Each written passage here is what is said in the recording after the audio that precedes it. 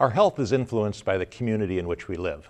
Healthy communities provide economic opportunities, stable housing, recreation spaces, safety, access to nutritious food, good schools, a clean environment, and a whole lot more.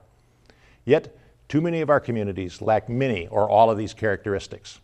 Poverty, home foreclosures, food deserts, interpersonal violence, and underperforming schools deny residents the opportunities necessary to be healthy and prosperous.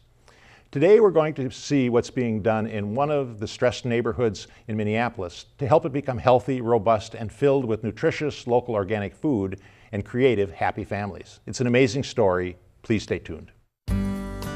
Welcome to A Public Health Journal, a program that explores public health issues facing our society today and tomorrow. The host of the show is Dr. Ed Ellinger, Commissioner of Health for the state of Minnesota. A Public Health Journal is sponsored by the Minnesota Department of Health and the Hennepin County Human Services and Public Health Department, all working together towards the goal of healthy people living in healthy communities. Welcome to A Public Health Journal. Today we're going to talk about what's being done in one of the most stressed neighborhoods in Minneapolis to help it become healthy, robust, and prosperous through youth empowerment and an innovative urban agriculture program and entrepreneurship that engages youth.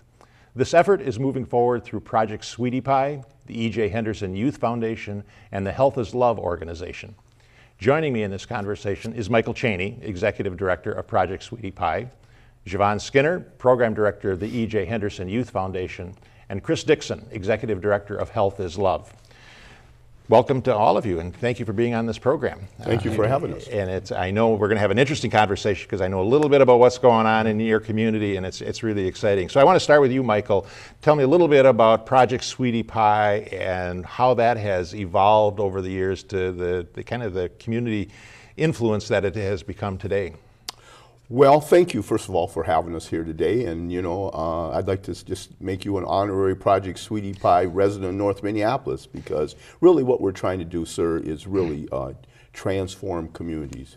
We call it planting the seeds of change. How can we get communities that have been underserved, underrepresented, how can we get them engaged in building a healthy community? And so we're using Project Sweetie Pie, using agriculture, urban agriculture is the new buzzword, to really get those people involved in their community. Historically, if you want a little small snapshot of it, started in 2010 as myself and others were all part of a group called Afro-Eco. Kali Graddick from Community Table, Sam Grant, Seitu Jones, African-American leaders, all in their own right, remarkable individuals. And we were commiserating because there was a movement to try to close North High. And we felt that the killing of a school was the killing of heart of any community. And so in all good consciousness, we felt that, we should do something about that.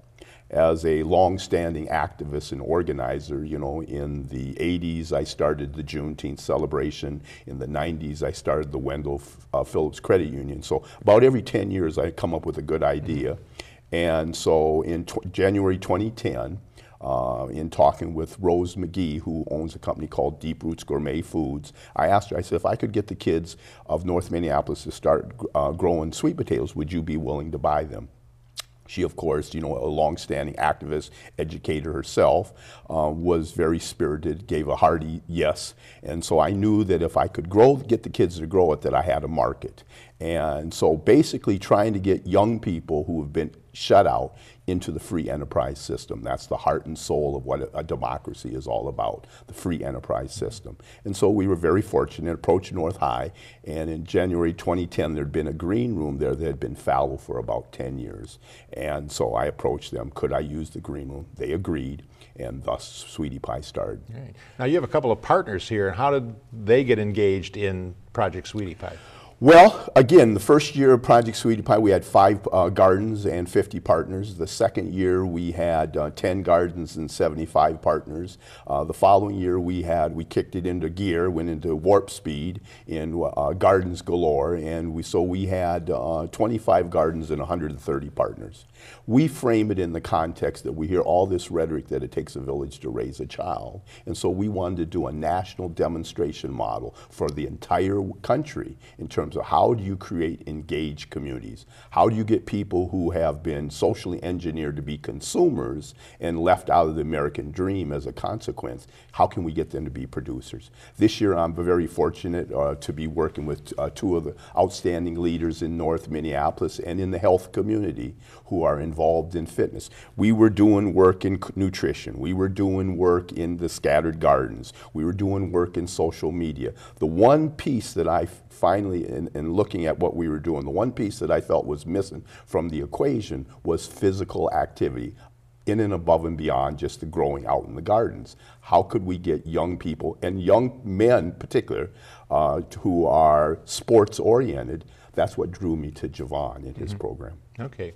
And Javonne, tell me a little bit about the E.J. Henderson Youth Foundation and how it gets engaged in this whole effort. Definitely. Well, the E.J. Henderson Youth Foundation started in 2007. We were located in Eden Prairie.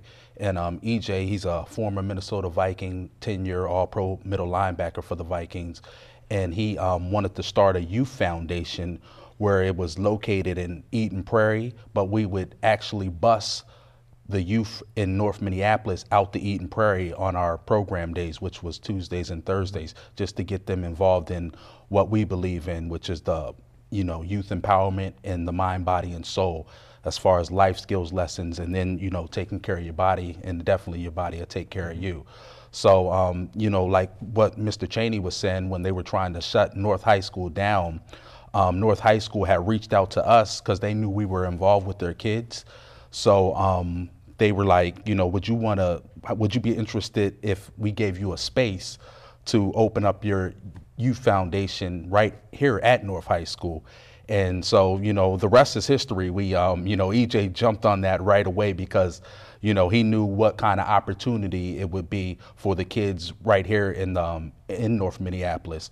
So we have a woodshop classroom that we carved out, and half of it is football turf and half of it is a weight room, which makes it into a fitness facility. We have TVs in there, music and all that. And then connected to that is the classroom, which used to be the classroom for the woodshop class. So that's where we do our life skills. We actually turned that into a lounge. So we have, nice Minnesota Viking furniture in there, purple and gold. And then we have tables, we have a fridge in there, a microwave. So it's really a safe haven for what our kids like to do, and they like to hang out there. And so that's how we eventually was established in North Minneapolis. Right. And Chris, how about your involvement with the Health is Love? Yeah, so I just recently began a nonprofit called the Health is Love organization as part of the Buckman Fellowship Program at the University of Minnesota. I've been a long time personal trainer, fitness advocate, health and fitness educator, and did this fellowship, and I wanted to give back to the community. And as a personal trainer, I wanted to help people be healthier. And so during the course of my fellowship, I was learning about philanthropy and learning about how to connect with other community organizations. And I got a business partner of mine connected me with Michael Chaney, and I was finding about all the work that they were doing in North Minneapolis. And Michael and I chatted, and he said, you know what, we're missing that piece that you provide, that health and fitness. And so what we've been able to do with the Health is Love organization is create educational health and fitness opportunities for underserved communities. So we do things like nutrition classes, health and fitness activity, things like that. And so it's been really helpful. I always explain to people that sometimes, you have to be educated to make better choices as far as lifestyle. And that's really what we focus on, is educating people, not necessarily picking foods for them and telling them to exercise, but opening up their minds of what their options are as far as food and nutrition goes. So that's how we've got involved with Project Sweetie Pie, and it's been amazing ever since. Right. Michael, we have a little video here about Project Sweetie Pie. Maybe you could explain what we're going to be seeing in this video. Well, maybe we should see it and then I can explain it. I think that it's the video that the organization Minnesota 2020 did. And again, last year, we tried to, where two or more gather, there we shall be. So we tried to go to the community rather than expecting the community to come to us. And so I think that this video that you're going to see is at North Point. Last year, we were one of 5 projects in the nation selected to work with Miracle Grow and the Black Storytellers on Plymouth and James, a block away from North High. And so that's become kind of our signature garden piece. And so the food it's different community. It's not a community garden. It's what we call a communal garden. It's not our expectation that people plant there, but they can grow, have access to free food and stop and pick it. So North Point, which is the a clinic in North Minneapolis, the produce from that goes to the North Point. All right, so let's take a look at this video.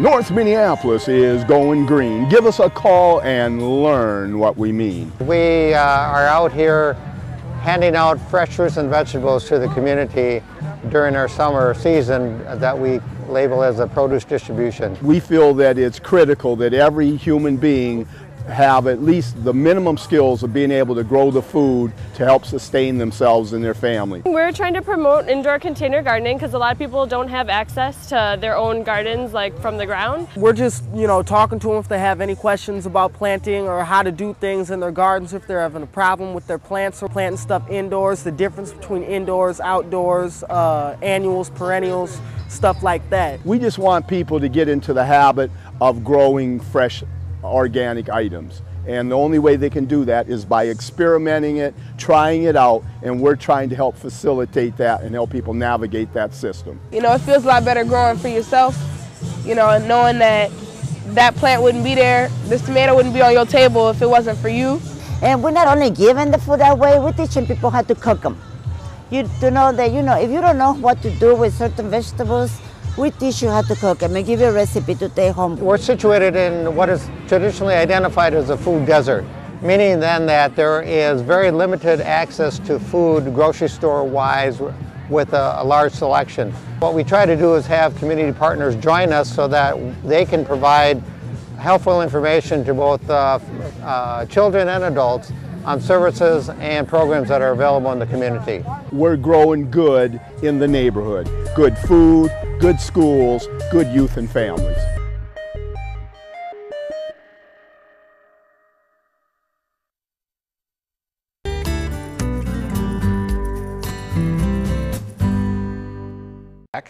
We're talking with Michael Chaney, Executive Director of Project Sweetie Pie, Javonne Skinner, the Program Director of the E.J. Henderson Youth Foundation, and Chris Dixon, Executive Director of Health is Love.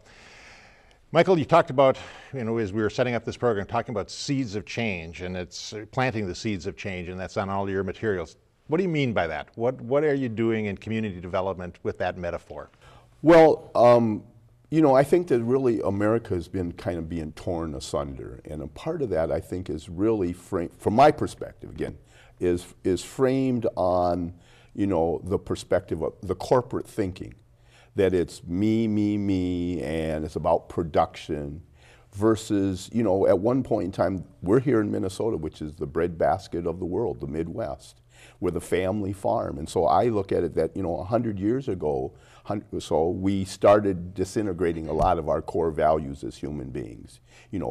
Reaching out to the family members, the community, and so instead of this corporate kind of thinking that it's about production, it's about dollars, how can we, Sweetie Pie, how can we kind of engender that same kind of love and compassion that each and every one of us, regardless of race, creed, or color, all of us had a grandmother who tweaked our cheeks and called us Sweetie Pie.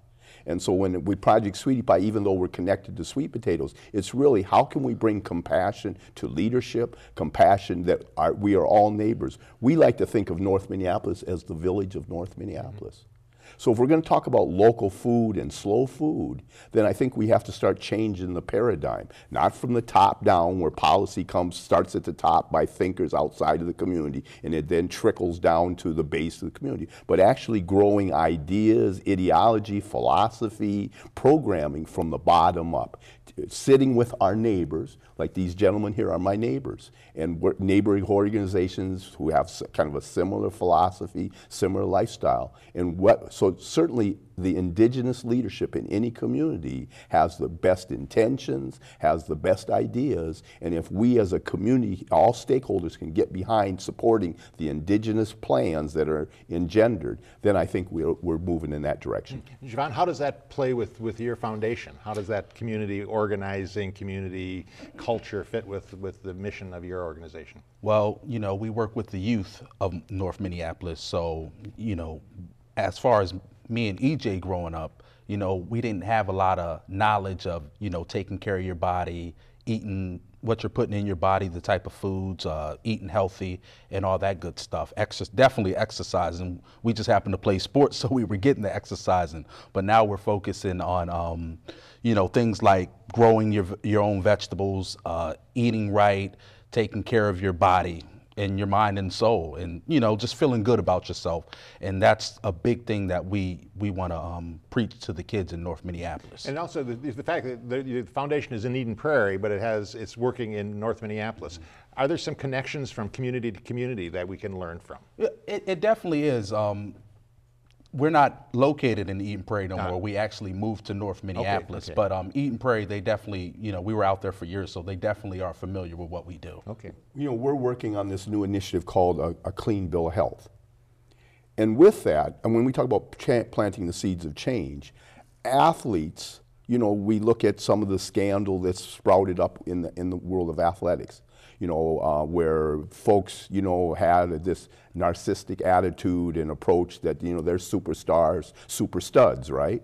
And so what we're doing with this initiative that we're doing with Javonne is his young people, part of their athletics program is working, giving back to the community, working in the gardens, realizing that being an athlete is bigger than just being a superstar. It means you are a super leader. It means you are a super good guy. It means that you're a superstar in your community, because the world of athleticism is a very short world, you know, even for the best of them. At some point in time, they'll move beyond being an athlete to being a political candidate, to being starting programs like this in their community. And so what we're doing in the program, in our partnership, is we're bringing his young people, part of that fitness program is to work in the community, work at that Karamu garden and giving back to your community, being a servant to the world and to your community. All right. And Chris, your Health is Love. Tell me about that title and how does that fit into this whole kind of theme? Yeah, so, you know, when I was looking, as we were beginning this, our nonprofit work, we were looking for communities to do our work in and educating people. You know, I had to really think about, as I named the organization, why do I do this? And someone who's been involved in the health and fitness community for the last decade, you know, I had to think about, this has nothing to do with money. What it really has to do with sharing health information. And that's, you know, for me, how I express my love to my community and things like that. And so the title, Health is Love, is for me really what health is really all about. It's showing how that we care, love and care for our bodies, love and care for our neighbors, love and care for our communities. And so those are the things that we're trying to do, is educate our community about how they can be healthier and show their love for themselves and others. All right. I want to get into a little bit more of this whole idea of seeds of change and the Bill of Health, but we're going to need to take another little break. Okay. So I'll be back right after this message.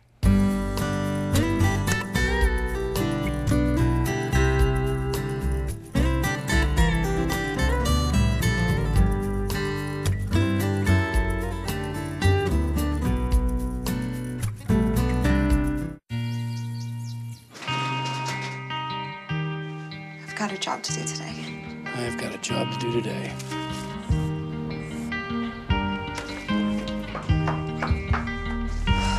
Have a good first day at work, Mom. Your donations to Goodwill fund job training programs right in your community. Feels good to start fresh, right? Sure does. And like that, you're a job creator.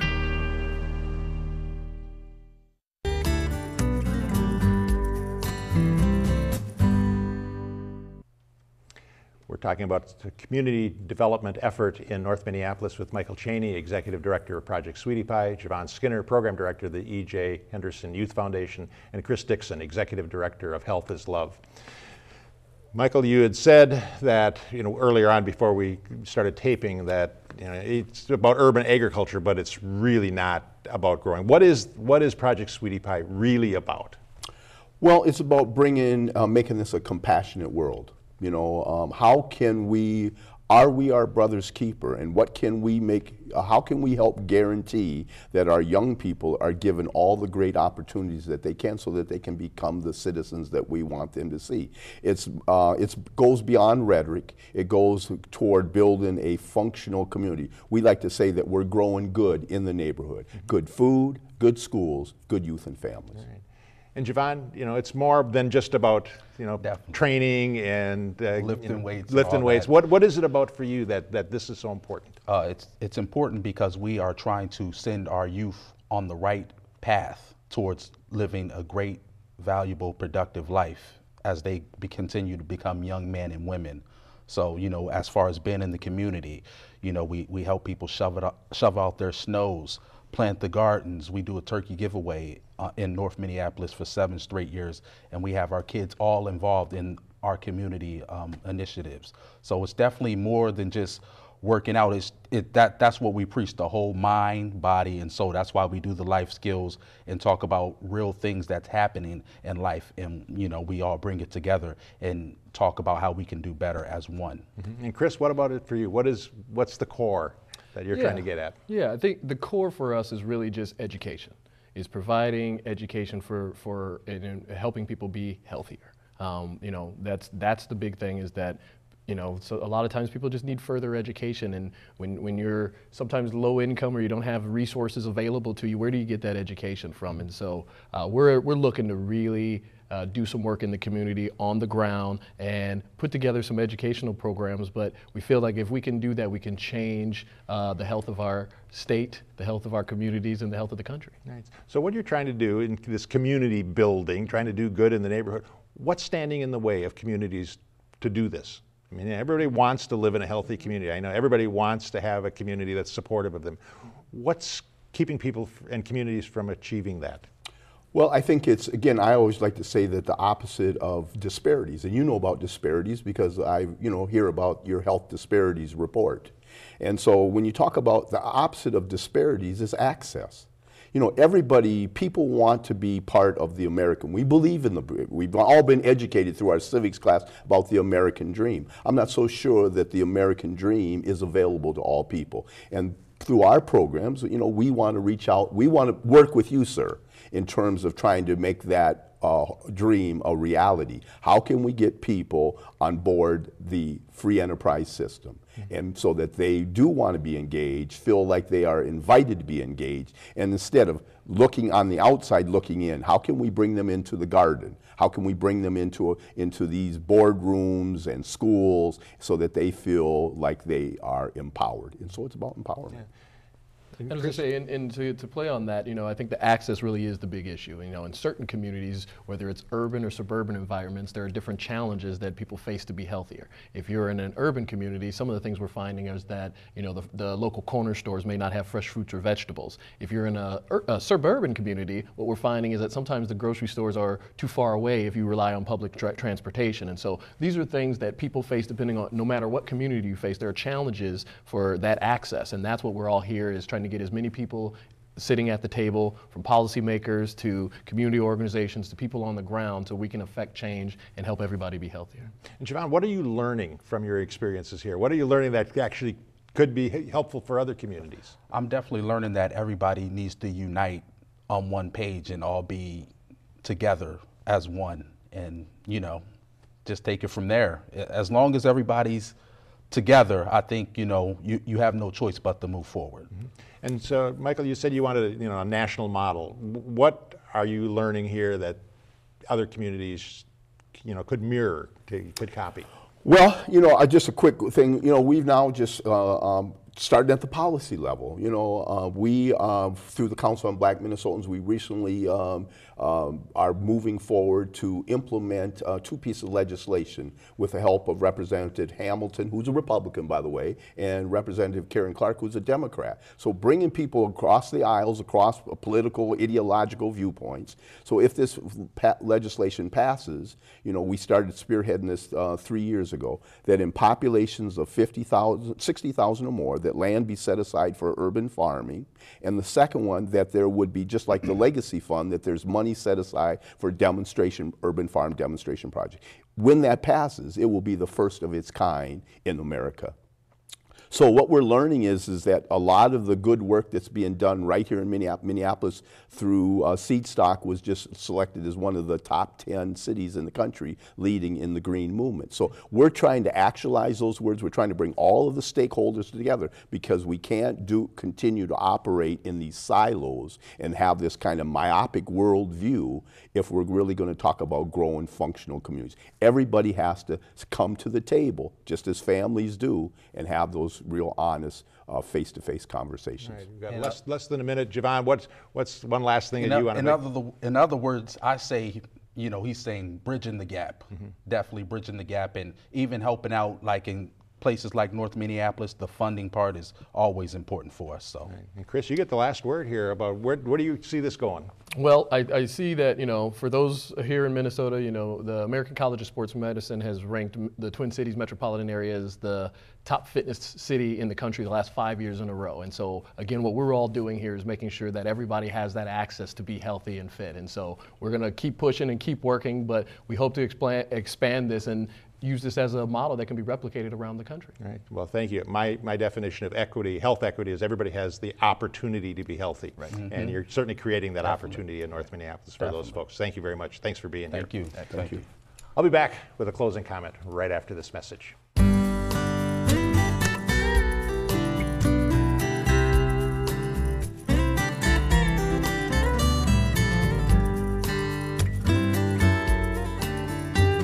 I already knew that I was going to go to college, you know, from a young age. I definitely want to major in political science. After that, I'm going to get my law degree. Then I'm going to come back to Detroit, boost the economy, become the mayor or something, try to make the situation better for other people. I feel like I owe it to the city. I'm determined. It's going to happen. My name is Justin, and I am your dividend.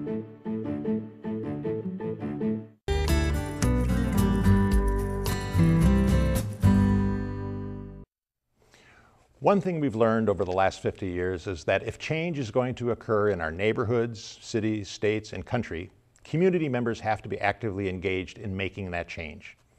If they are excluded or choose not to be involved, change won't occur. Or if it does, it may not meet the needs of the community. That's why community engagement is a core public health activity. But community members by themselves can't make sustainable change happen. They need partners. Partners in the business community, education community, faith-based organizations, and in government at all levels. We've also learned over the last 50 years that each of these partners is essential in creating a healthy society. Not involving any of these or not having a balanced involvement will not lead to effective or sustainable change. To create and sustain change, we need good policies, systems, and programs, and supportive social, economic, and physical environments. Like the African proverb that states that it takes a village to raise a child, we know it also takes all parts of a community to create a healthy society. That's all for today. Thanks for watching. I hope you can join us again next time on A Public Health Journal.